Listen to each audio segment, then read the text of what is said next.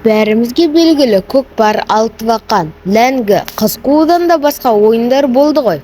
Әрине, өткендегі салт сана, әдет-ғұрып, жора-жосындардың сонымен байланысты айтылатын ғұрыптар өлеңдердің ең озық деген үлгілері болмаса, көбісі заман талабына ілесе алмай ұмыт болып қалды. Біздің уақытқа жетпей қалған ойындарды сіздердің назарларыңызға ұсынамыз. Күміс ілу.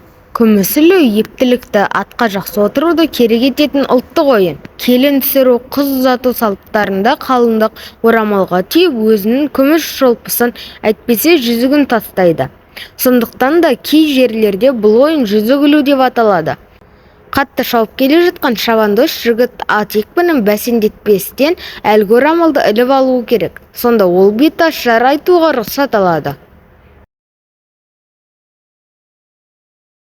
Санамақ. Көпшілік қатысады. Ойынның шарты, ойын бастаушы қатысушы бір адамды ортаға алып шығарады.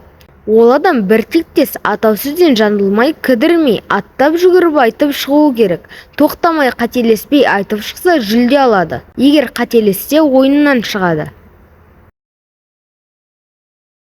Ағаш аяқ. Ағаш аяққа мініп үйренбеген адам алғашқыда дұрыс жүре алмай, жұртты қырын топан күлкіге батырады. Ал жақсы үйренген адам тез әрі шалт жүре алады.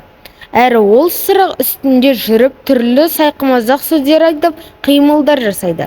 Ән айтады, екеуара айтысады да алады. Қазақ халқының атақты әншісі Әміре Қашаубаев айтуымен кең тараған ағаш аяқ әні осы ойынның атымен айтылған.